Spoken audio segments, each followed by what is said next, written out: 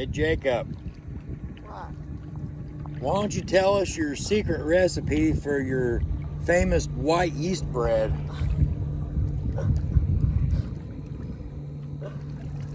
Huh? Tell us your recipe for your bread. How do you make bread?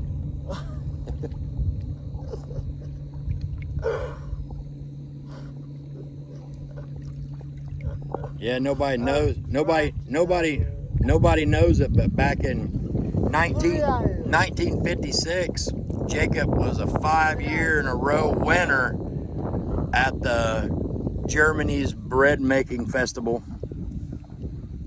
He was a 5-year champ. Oh yeah.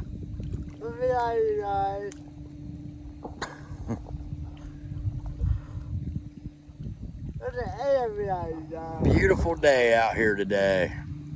Oh my God. Beautiful day, isn't it? Huh? Beautiful day, isn't it? Pretty out.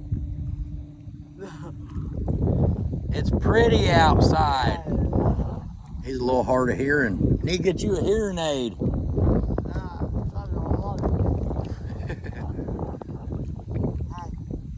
Yeah, we've not done too bad. We've been fishing for,